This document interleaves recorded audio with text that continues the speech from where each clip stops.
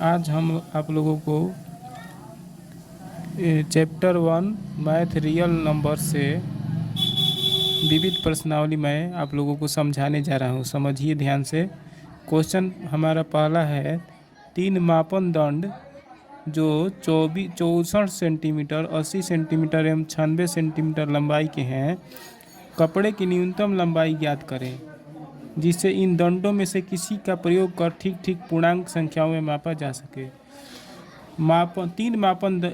तीन मापनदंड है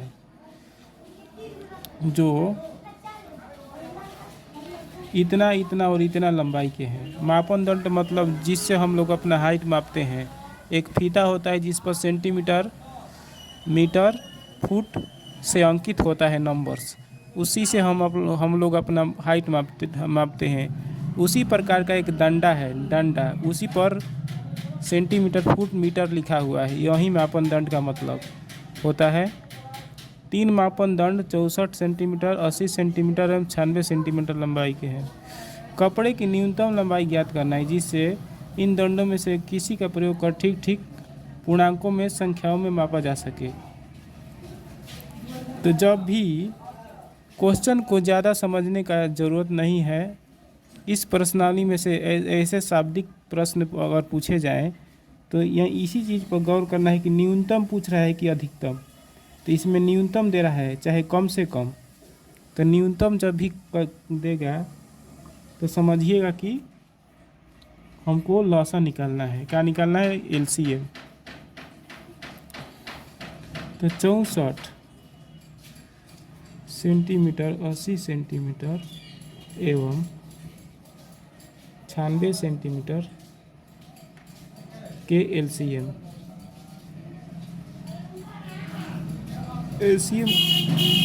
भाग विधि से हम लोग निकालते हैं।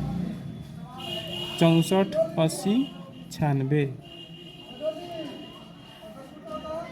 8 से तीनों कट जाएगा तो 8 से हम लोग कटा रहे हैं डायरेक्ट। 8 से कटाएंगे 64, 8 बार में कटेगा। 80 को कटाएंगे तो 10 बार में। 96 को कटाएंगे तो 12 बार में कटेगा। अब तीनों 2 से कट जाएगा। 2 से कटाइए 4 बार में, 5 बार में, 6 बार में। फिर 2 से कटाइए 2 बार में, 5 उतर जाएगा 3 बार में। अब नहीं कटेगा। तो एलसीएम हो जाएगा 8 into 2 into 2, 8 into 2 into 2 into 2 into 5 into 3,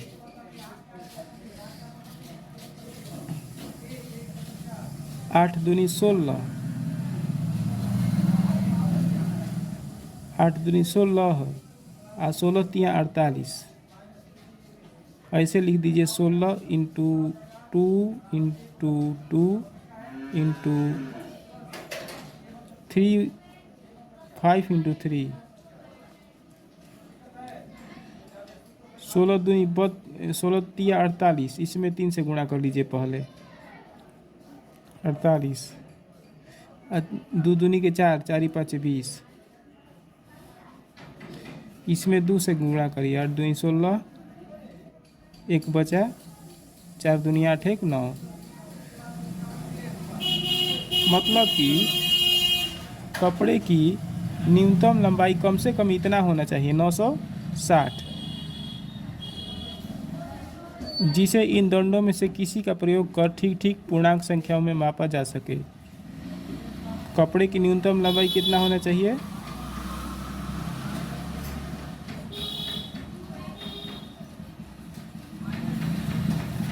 960 centimetre. हमारा उत्तर आ गया। अब हम लोग नेक्स्ट क्वेश्चन की ओर चलते हैं। ध्यान से देखिएगा।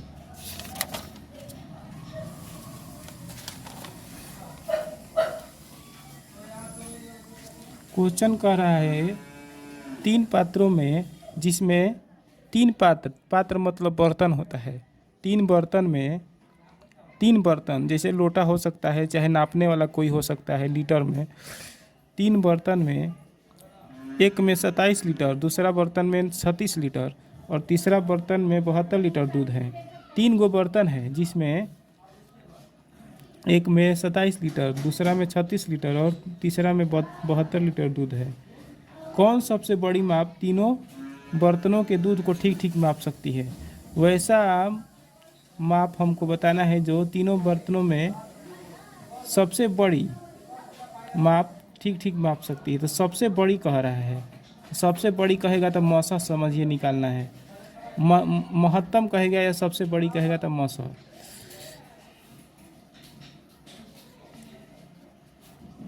27 लीटर, 36 लीटर और 72 लीटर का मौसा।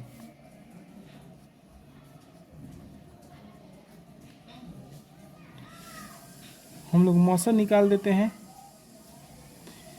मौसा हम लोग निकाल देते हैं गुणनखंड विधि से। 27, इसका फिर गुणनखंड करिएगा 36, फिर इसका गुणनखंड करिएगा 72। 9 से कटाते हैं हम लोग डायरेक्ट, 9 3 बार में कटाएंगे 27, 9 से कटाते हैं, 9 चौके 36, 4 बार में। फिर इसको 9 से कटाते हैं, 9 8 72, 9 8 72। 3 छोड़ देंगे, 3 को 1 से कटा देते हैं एक बार में। फिर 2 से इसको कटा देते हैं 2 बार में। फिर इसको 2 से कटाएंगे 4 बार में। फिर इसको 2 से कटाएंगे 2 बार में। अब इसको ऐसे लिखेंगे 27 बराबर 9 गुणे 3 गुणे 1। अब लिखेंगे 36 बराबर 9 गुणे 2 गुणे 2। अब लिखेंगे 72 बराबर 9 गुणे 2 गुणे 2 गुणे 2।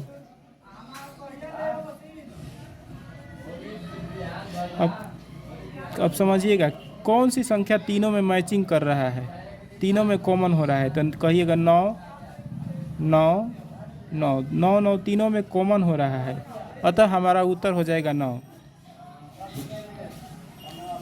HCF बराबर 9। अतः वह सबसे बड़ी माप वाला बर्तन जिसे तीनों पात्रों के दूध को ठीक ठीक मापा जा सके, उसका माप होगा 9 लीटर। सबसे बड़ी माप।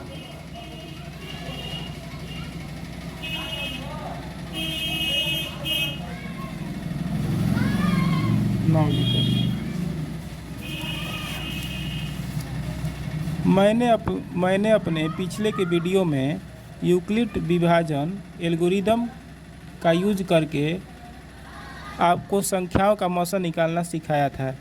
मैं आधे मिनट का समय दे रहा हूं, आप लोग बनाकर कमेंट करिए।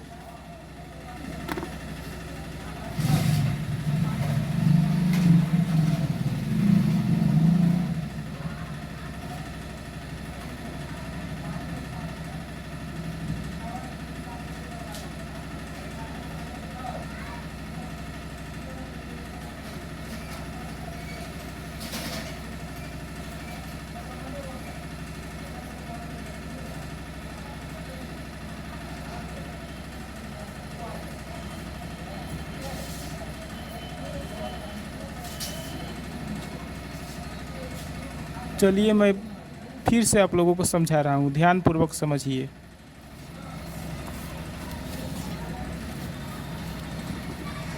हमको पहला नंबर 135 और 225 का मौसा यूक्लिड विभाजन एल्गोरिदम का यूज करके निकालना है।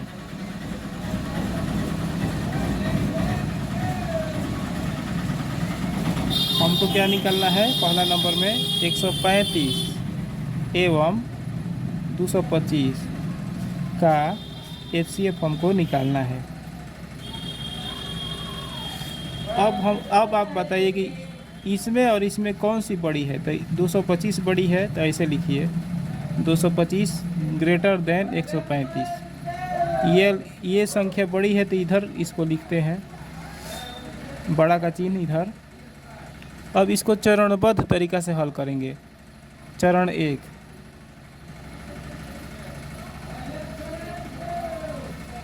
बड़ी वाली संख्या को बाईं ओर लिखेंगे। यहाँ पर लिख देते हैं 225 इज इक्वल टू, छोटी वाली संख्या को इधर लिखते हैं दाहिनी साइड। अब हम लोग क्या करेंगे कि भागा करेंगे 135 से 225 में।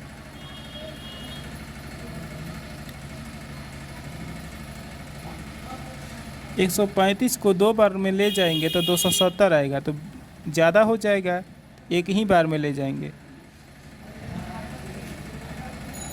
घटा देंगे, 5 में से 5 गया 0, 12 में से 3 गया 9, 90 हमारा आ गया शेषफल। पहला चरण में शेषफल 90 आ गया। तो 135 को कितना बार हम लोग ले गए थे? एक बार ले गए थे, एक बार में शेषफल आया 90, तो भागफल 1 आया था ना पहला चरण में हमारा, 1 आया है भागफल, तो भागफल से गुणा कर देंगे। यहाँ पर 135 में 1 से, 135 में 1 से गुणा करके शेषफल जोड़ देंगे। यहाँ पर शेषफल जोड़ देंगे। हमारा पहला चरण कंप्लीट हो गया। अब सेकंड चरण देखिए।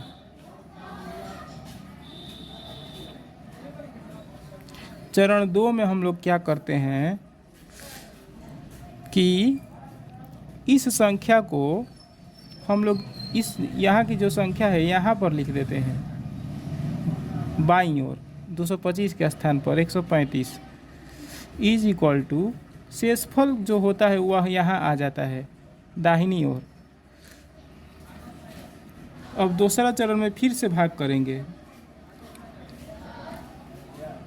135 में 90 से, 135 में 90 से भाग करेंगे, एक बार में ले जाएंगे, घटाएंगे तो 45 आ जाएगा। तो इसको 90 गुणे 1 लिखेंगे, 90 गुणे प्लस शेष। यहाँ पर हमारा शेषफल अभी भी 0 नहीं आया है, तो फिर से तीसरा चरण की ओर बढ़ेंगे। यदि यहाँ से 0 आ गया होता तो नहीं बढ़ते तीसरा चरण की ओर।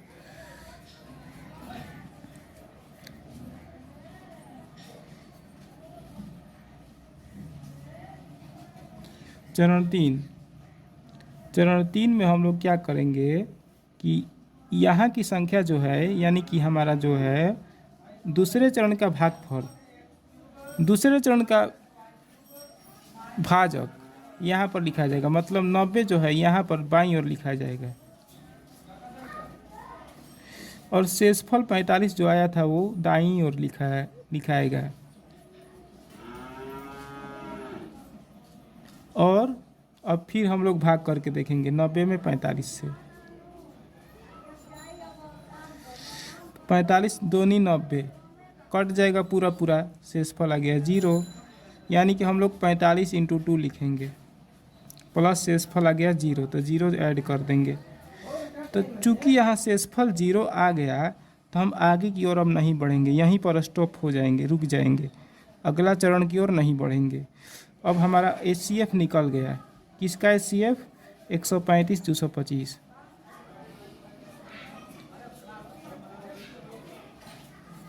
HCF कितना आ गया हमारा? जो हमारा अंतिम भाजक है वही HCF होगा। मतलब कि जो शेषफल आया है हमारा 0, उसके ठीक ऊपर वाला शेषफल हमारा आंसर होगा। मतलब कि यहाँ वाली जो भाजक है, अंतिम भाजक, वही HCF होगा 45। आंसर आ गया। इसी तरह से आप 455 और 42 का HCF ज्ञात कर लीजिएगा। नोट कर लीजिए क्वेश्चन, और आप लोग होमवर्क में दे रहा हूँ, जैसे मैंने इस सवाल को हल किया है उसी प्रकार आप इस सवाल को हल कर लीजिएगा, और आंसर को कमेंट में भेज दीजिएगा, मैं चेक कर लूँगा। मैंने पिछले के अपने वीडियो में ऐसा सवाल आप लोगों को समझाया था गुणनखंड वृक्ष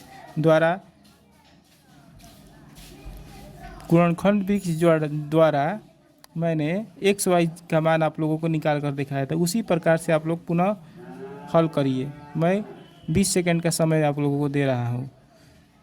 20 सेकंड बाद मैं पुनः बनाऊंगा, अपना जो आप लोगों ने बनाया है उसको मिला लीजिएगा।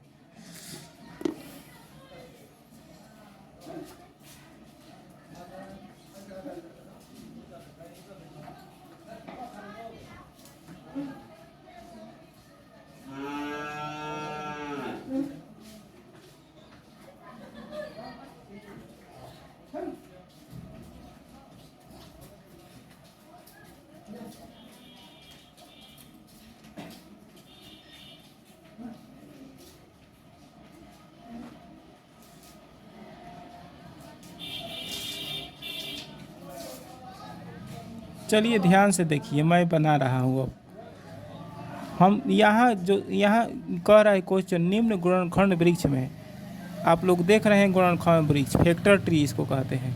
गुणनखंड वृक्ष को क्या कहते हैं? Factor tree. तो निम्न गुणनखंड वृक्ष में A B C D X एवं वाई का मान निकालना है। इसमें दिया है संख्या, इसे यहाँ 2 दे है, ए दिया है, बी दिया है, देख रहे हैं आप। इसमें हमको ए का मान निकालना है। कैसे निकालेंगे? ऊपर वाली संख्या में इससे भाग देते हैं हम लोग, जो बाईं ओर होता है।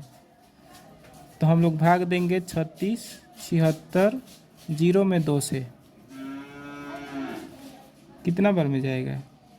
एक बार में 2 गया, 1 ऊपर से उतरा 9, 2 9 18, 1 ऊपर से उतरा 7, 2 8 16,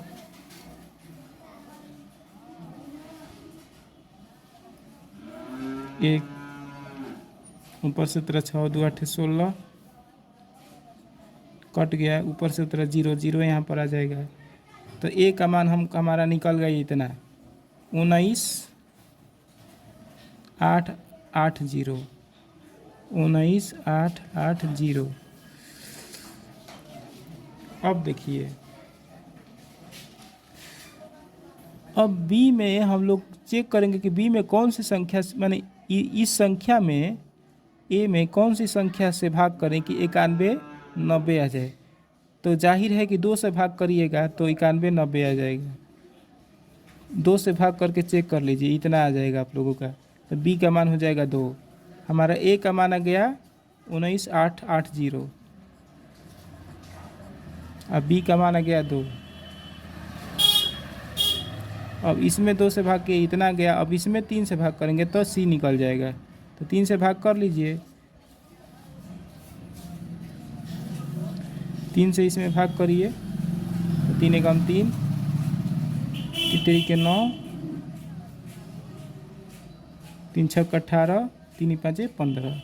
इतना आ गया सी का मान 1365।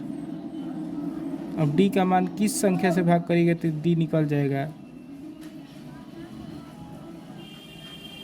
तो 3 से भाग करिएगा, इसमें 3 से जब भाग करिएगा तो इतना आ जाएगा। तो डी का मान आ गया 3। अब हम सोचेंगे कि किस संख्या में 1 से भाग कर, माने 455 में किस संख्या से भाग करेंगे कि 91 आ जाएगा।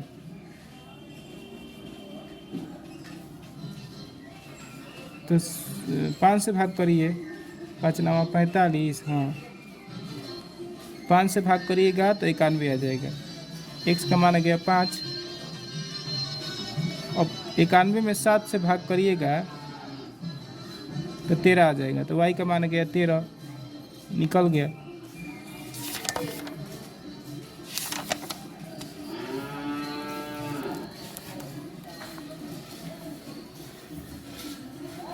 अगला क्वेश्चन है 32,760 को अभाज्य गुणनखंड के गुणनफल के रूप में व्यक्त करना है। मैंने अपने पिछले वीडियो में आपको गुणनखंड करना सिखाया था।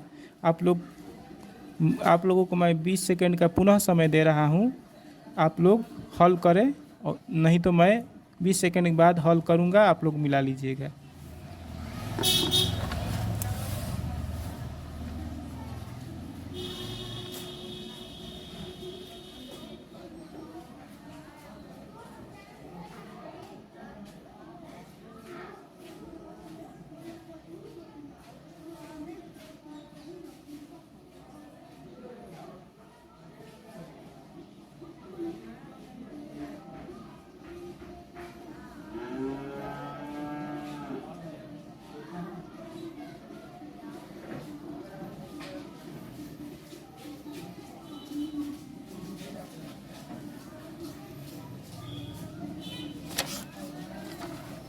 चलिए अब हम लोग बना रहे हैं, आप लोग मिला लीजिएगा। मैं बना रहा हूँ, जो आप लोगों का उत्तर आया होगा मिला लीजिएगा। हल 32,760 ऐसे कर दीजिए। लास्ट में 0 है तो 2 से कट जाएगा। 2 एकम 2, 2 छक्का 12, 2 तिहाई 6, 2 8 16, 0। 2 से कटाइए, 2 8 16, 2 एकम 2, 2 9 18, 0। 2 से कटाइए, 2 चौके 8, 0 बैठा दीजिए, जो 2 अंक है तो 0 बैठा दीजिए, 2 9 18, 2 5 10। लास्ट में 5 रहता है तो 5 से कट जाता है, 5 8 40, 5 एकम 5, 4 बच गया 45, 5 9 45। 9 अंकों का योगफल 18 आ रहा है, मतलब 3 से कट जाएगा। 3 दूनी 6, 2 बचा 21 हो गया, 3 3 सते 21, तितरी के 9, फिर 3 से कट जाएगा, 3 9 27, 3 एकम 3, फिर 7 से कट जाएगा 13 बार में। अब इसको हम इस प्रकार लिखेंगे, 32 760, 32 760 बराबर कितना 2 आया है, कितना बार 2 आया है, 1 बार 2 बार 3 बार, तो ऐसे लिख देंगे 2 × 2 × 2, 3 बार 2, 3 कितना बार आया है, 3 2 बार आया है तो 3 × 3, 5 1 बार आया है तो 5, 7 1 बार आया है तो 7 × 13, 1 बार 13 आया है, तो 3 बार 2 आया है तो 2 के पावर 3, 3 2 बार आया है तो 3 के पावर 2 × 5 × 7 × 13, आंसर आ गया।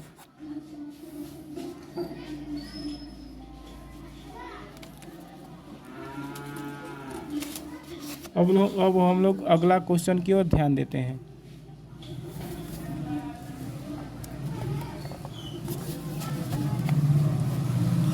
क्वेश्चन पढ़िए, 23,750 में 5 का तथा 1,440 में 2 का अधिकतम घात ज्ञात करें।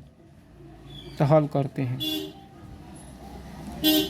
इस संख्या में 5 का अधिकतम घात तथा इस संख्या में 2 का अधिकतम घात निकालना है। चलिए ध्यान से देखिए कैसे निकलेगा। पहले इसका हम लोग गुणनखंड करेंगे, तो पहला का हल हम लोग कर रहे हैं 23,750। गुणनखंड करना पड़ेगा हम लोगों का 2 का घात पता करने के लिए, 5 का घात इसमें पता करने के लिए। इसमें किसका घात पता करना है, 5 का मैक्सिमम घात। मैक्सिमम घात मतलब पावर, 5 का मैक्सिमम पावर ज्ञात करना है। तो हम लोग क्या करेंगे, जब लास्ट में 0 रहता है तो 2 से कट जाता है, 2 से कटाएंगे, इस संख्या में 2 से भाग करेंगे, 1 2 एकम 2, 1 बचा, 2 8 16, 1 बचा, 2 7 14, 1 2 5 10। लास्ट में 5 है तो 5 से कट जाएगा, 5 दूनी 10, 1 बचा, पंक्तियाँ 15, 3 बचा, 37 हो गया, 5 7 35, 5 25।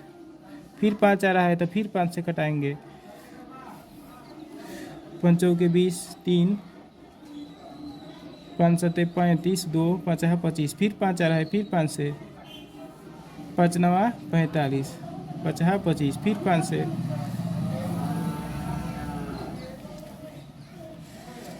5 एकम 5, 5 9 45। अब नहीं कटेगा किसी संख्या से, तो इस ऐसे लिखेंगे इसको 23,750 बराबर 2 1 बार आया है तो 2 लिखेंगे, 5 4 बार आया है तो 5 के पावर 4 कर देंगे, और गुणे 19 1 बार है। तो 5 का अधिकतम पावर कितना है, 4 है ना। देखिए ध्यान से, 5 का जो पावर है घात वो कितना है, 4 है। तो 5 का मैक्सिमम पावर 4 हो जाएगा, इसलिए 5 का मैक्सिमम पावर मतलब घात कितना है, 4 है, तो 4 हो जाएगा आंसर। इसी तरह से इस संख्या में 2 का अधिकतम घात निकालना है। तो 1440 का गुणनखंड करिए, दूसरा नंबर हल। 2 से ले जाइए 7, 2 दूनी 4, 0, द्वितीय चौका 12 0, 18 दूनी 36, 2 9 18, 45, 5 9 45, तितरी के 9, 1440 इज इक्वल टू 2 कितना बार आया है? 1 बार, 2 बार, 3 बार, 4 बार, 5 बार, तो 2 के पावर 5। 3 2 बार आया है तो 3 के पावर 2 इंटू 5 1 बार है तो 5, तो 2 का मैक्सिमम पावर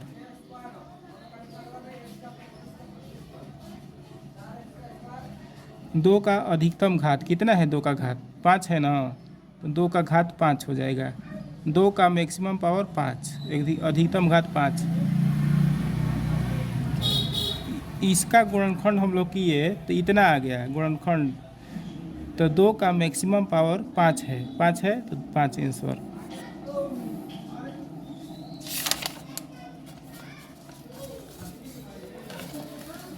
अब क्वेश्चन कह रहा है कि निम्न में कौन सा युग्म, अगला क्वेश्चन है, निम्न में कौन सा युग्म सह अभाज्य है, मतलब को प्राइम। सह अभाज्य मतलब को प्राइम। मैंने अपने पिछले के बहुत सारे कॉन्सेप्ट ऑफ नंबर सिस्टम में सह अभाज्य संख्या क्या होती है, प्राकृत संख्या, पूर्ण संख्या इत्यादि संख्याओं के बारे में मैंने आपको बहुत ही विस्तार से समझाया है, मतलब कि बहुत विस्तार से मैंने बताया है। कृपया करके उस वीडियो को देख लीजिएगा। फिर भी मैं यह सवाल समझा रहा हूँ, निम्न में कौन सा युग्म सह अभाज्य है। तो ए नंबर चेक करते हैं सह अभाज्य है कि नहीं। तो इसके लास्ट में 5 है और इसके लास्ट में 0 है, यानी कि दोनों 5 से कट जाएगा, यानी कि दोनों का मौसम कम से कम 5 आएगा। HCF आएगा कम से कम 5, तो 5 जब HCF आता है तो सह अभाज्य नहीं होता है, तो आंसर ए नहीं होगा। यह भी सम संख्या है, यह भी सम संख्या है, तो सम संख्याओं का HCF कम से कम 2 आता है, HCF इसका 2 आ जाएगा। यह भी नहीं होगा को प्राइम सह अभाज्य। यह भी सम है, यह भी सम संख्या है, दोनों का HCF करेंगे तो न्यूनतम 2 आता है, तो यह भी को प्राइम नहीं होगा सह अभाज्य। यह अभाज्य संख्या है, यह भी अभाज्य संख्या है। अभाज्य संख्याओं का HCF 1 आता है, तो अगर किसी 2 संख्याओं का HCF 1 आ रहा हो तो वह दोनों संख्या सह अभाज्य होती है, अतः डी हमारा आंसर हो जाएगा, आंसर डी। क्योंकि दोनों का जब मौसा निकालते हैं तो 1 आ रहा है, इसी कारण से दोनों सह अभाज्य संख्या हो जाएगा। आज का मेरा वीडियो कैसा लगा आप ज़रूर बताइएगा। अच्छा लगा हो तो लाइक एवं शेयर करिएगा, और ऐसा ही ज्ञान, ऐसा ही गणित का ज्ञान ज़्यादा से ज़्यादा प्राप्त करने के लिए और मेरे वीडियो को सर्वप्रथम अपने तक पहुंचाने के लिए मेरे चैनल को ज़रूर सब्सक्राइब करिएगा। नमस्कार।